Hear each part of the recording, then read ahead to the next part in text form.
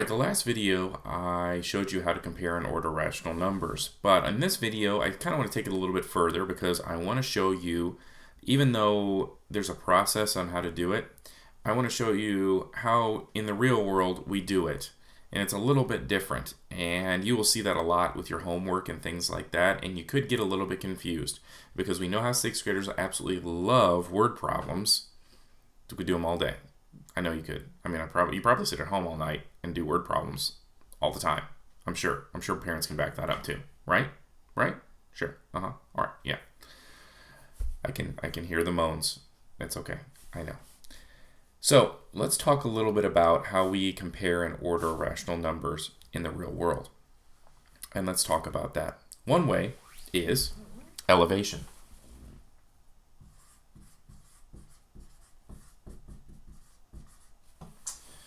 What is elevation?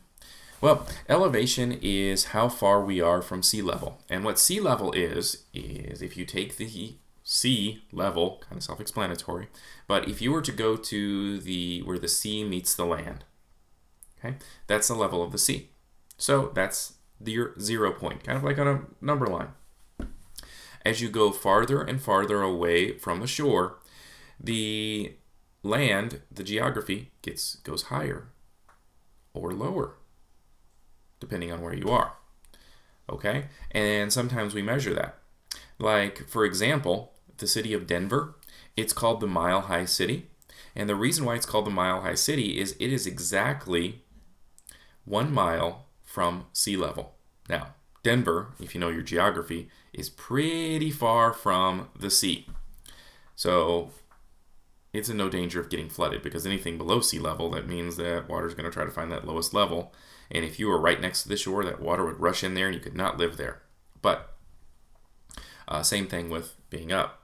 Okay, Denver is a mile above sea level. That's how we deal with comparing rational numbers, positive and negatives. So a Denver would be positive 1 mile above sea level. Sea level would be like the 0 on your number line. Anything below sea level would be negatives. They would measure in negatives. So that would be one way that we would use it in the real world. Okay, so let me give you an example. So let's say an elevation of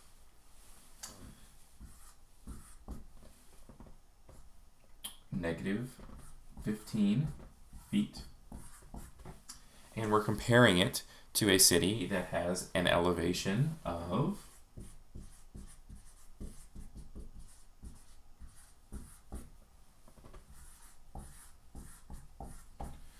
20 feet above sea level. So if we can compare which one of those is below sea level, which one is above sea level, which one is its elevation higher, and which one is lower.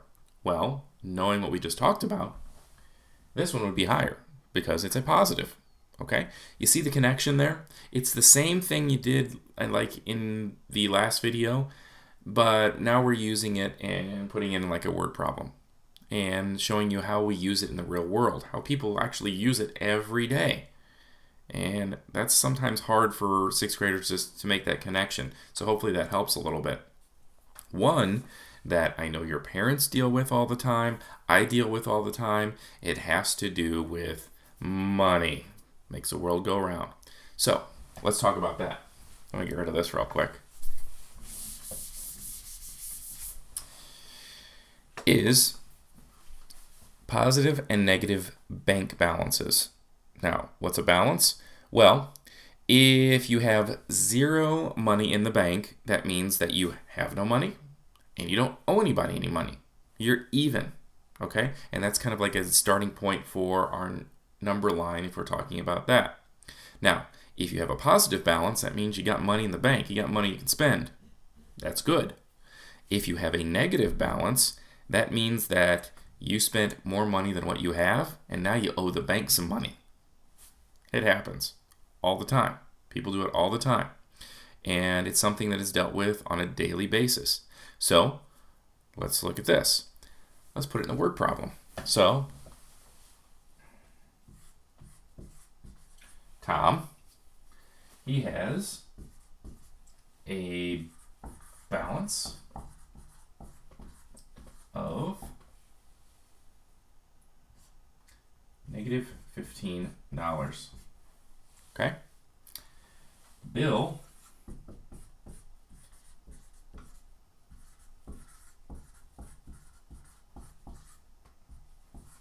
he has a balance of $28.